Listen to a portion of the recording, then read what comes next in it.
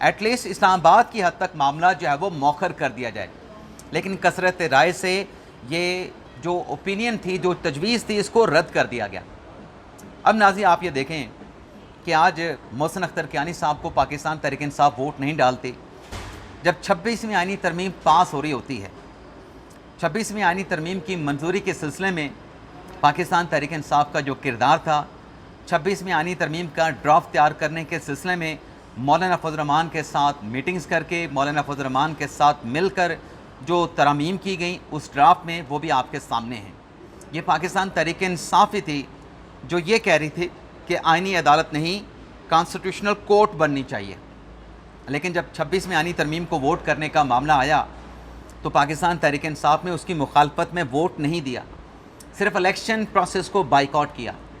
اور جب نئے چیف جسٹس قاضی فیصل صاحب کی ریٹائرمنٹ کے بعد نئے چیف جسٹس کی تعیناتی کا معاملہ آیا، نئے چیف جسٹس کے نام کے انتخاب کا معاملہ آیا، پارلیمانی کمیٹی کے اجلاس میں پاکستان تحریک انصاف نے شرکت نہیں کی۔ پاکستان تحریک انصاف نے پارلیمانی کمیٹی اجلاس کا بائیکاٹ کیا، جس میں پھر فیصلہ یہ ہوا کہ جسٹس یحییٰ افریدی کو چیف جسٹس آف پاکستان بنا دیا گیا۔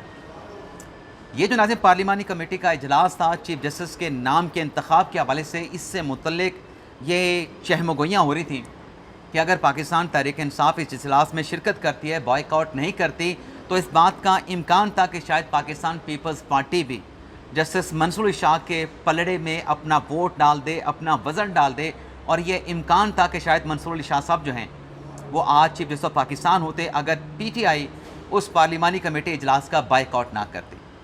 تو 26ویں آئینی ترمیم میں جو چال چلی پاکستان تحریک انصاف نے، اس کے متاثرہ جسٹس منصور علی شاہ تھے، چاہے وہ 26ویں آئینی ترمیم کا ڈرافٹ تیار کرنے کا معاملہ تھا، چاہے نئے چیف جسٹس کے انتخاب کا معاملہ تھا، پاکستان تحریک انصاف کہیں نظر نہیں آئی جہاں پر وہ جسٹس منصور علی شاہ صاحب کو سپورٹ کر رہے ہوتے، خاص طور پہ پارلیمانی کمیٹی کے اجلاس میں ووٹ ڈالنے تک نہیں گئے۔ اور آج بھی وہی ہوا کہ جسٹس منصور علی شاہ، جسٹس منیب اختر نے محسن اختر کیانی کو ووٹ دیا۔ جب اصولوں کی بات ہوتی ہے تو پھر آپ اپنے اصول پہ کھڑے رہتے ہیں۔ آپ نے سپریم کورٹ میں درخواست دائر کی، جسٹس محسن اختر کیانی اور اسلام آباد ہائی کورٹ کے 5 ججز کو سپورٹ کرنے کے لیے اپنی پٹیشن میں یہ بھی لکھا کہ ان ججز کی جانب سے جو فیصلے دیے گئے ہیں پاکستان تحریک انصاف کے حق میں دیے گئے ہیں۔ یہ پاکستان تحریک انصاف میں حق میں فیصلے دینے کی وجہ سے ان کو ٹارگٹ کیا گیا ہے، ان کو نشانہ بنایا گیا ہے۔ میں نے آپ کو ایک ویڈیو لاگ میں بتایا تھا کہ جسٹس محمد علی مظہر صاحب نے کہا تھا کہ یہ جو بات عمران خان صاحب نے اپنی پٹیشن میں ان 5 ججز کی سپورٹ میں لکھی ہے، یہ بات تو ان ججز کے خلاف جاتی ہے۔ آپ نے یہ بات کہ یہ 5 ججز پی ٹی آئی کے عمران خان کے حق میں فیصلے لکھتے ہیں، آپ نے یہ بات پیراگراف نمبر 17 میں کیوں کی ہے؟ تو عمران خان صاحب کے وکیل نے اپنی غلطی کا اعتراف کیا تھا کہ ہمیں یہ بات نہیں لکھنی چاہیے تھی، لیکن عذر انہوں نے یہ پیش کیا تھا کہ چونکہ پہلے جو کونسل تھے شعیب شاہین صاحب، انہوں نے پٹیشن دائر کی تھی، پٹیشن انہوں نے فائل کی تھی، میں تو بطور وکیل پیش ہو رہا ہوں۔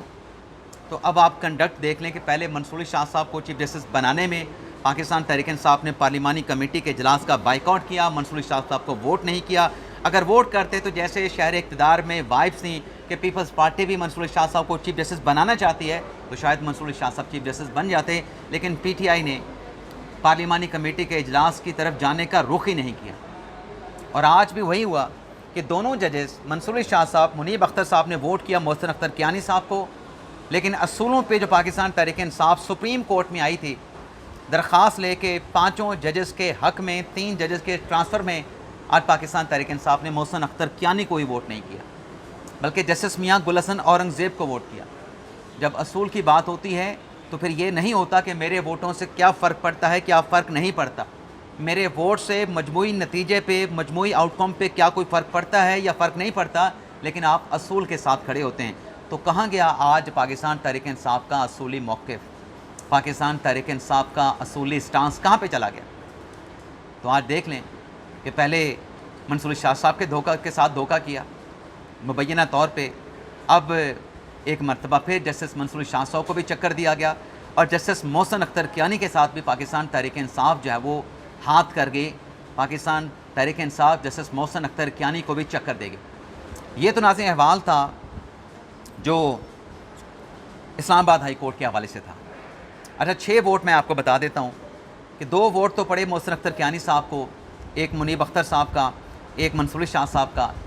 4 ووٹ پڑے جسٹس میاں گل حسن اورنگزیب کو، 2 پاکستان تحریک انصاف کے، ایک اسلام آباد ہائی کورٹ بار کے نمائندے کا، اور 1 ووٹ ان کو پڑا چیف جسٹس یحییٰ آفریدی کا.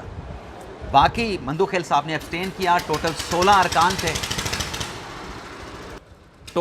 ارکان تھے، 6 ارکان کے ووٹ میں نے آپ کو بتائے. مندو خیل صاحب نے اس میں ایبسٹین کیا ہے. یہ ناظرین کنسٹرکشن سپریم کورٹ میں چل رہی ہے، تو میں تو بڑے کمفرٹیبلی یہاں پہ آیا تھا، لیکن اب یہ انہوں نے کوئی پیٹر انجن ہے جو چلانا انہوں نے شروع کیا، تو میں نے وہ مائک اٹھا کے بالکل اپنے لبوں کے پاس کر لیا ہے. جو 9 ووٹ ناظرین جسٹس سرفراز ڈوگر صاحب کو پڑے ہیں، اس میں جسٹس امین الدین خان صاحب کا ووٹ ہے، اس میں پاکستان بار کونسل کے نمائندہ کا ووٹ ہے، اس میں جو اقلیتی رکن ہیں ان کا ووٹ ہے، اس میں جو وزیر اعظم کے نمائندہ چودھری تنویر حسین ان کا ووٹ شامل ہے، اٹارنی جنرل کا ووٹ ہے، وزیر قانون کا ووٹ ہے. یعنی جو باقی 9 ووٹ بچتے تھے وہ ووٹ جو ہے میں آپ کو مجموعی طور پہ بتا دیتا ہوں کہ جو 9 ووٹ پڑے ہیں میاں گل حسن اور اپنے سرفراز ڈوگر صاحب کو، 9 ووٹ کون سے ہیں اس میں ناظرین. یہ آ گیا جی، کدھر چلا گیا، معذرت ناظرین، آپ کہیں گے پھر میں نے تیاری نہیں کی ہوئی تھی، لیکن یہ بہت ساری چیزیں ہوتی ہیں جو اوپر نیچے ہو جاتی ہیں. امین الدین خان صاحب نے، اٹارنی جنرل نے جسٹس سرفراز ڈوگر کے حق میں ووٹ دیا. وزیر قانون نے، پاکستان بار کونسل کے نمائندے احسن بون نے جسٹس سرفراز ڈوگر کو ووٹ کیا. جسٹس سینیٹر فاروق ایچ نائک نے، ممبر قومی اسمبلی شیخ آفتاب نے جسٹس سرفراز ڈوگر کو ووٹ کیا. اقلیتی ممبر جوڈیشل کمیشن روشن بھروشا نے سرفراز ڈوگر صاحب کے حق میں ووٹ دیا. ممبر قومی اسمبلی رانا تمیر حسین نے بھی جسٹس سرفراز ڈوگر کے حق میں ووٹ دیا. جسٹس ریٹائر شوکت عزیز صدیقی نے بھی جسٹس سرفراز ڈوگر کے حق میں ووٹ دیا. تو یہ 9 ووٹ جو ہیں یہ سرفراز ڈوگر صاحب کو پڑے ہیں. پشاور ہائی کورٹ کی بات کریں تو جسٹس عتیق شاہ کو پشاور ہائی کورٹ کا مستقل چیف جسٹس لگانے کا فیصلہ کیا گیا ہے. ان کے حق میں غالباً 9 ووٹ پڑے ہیں.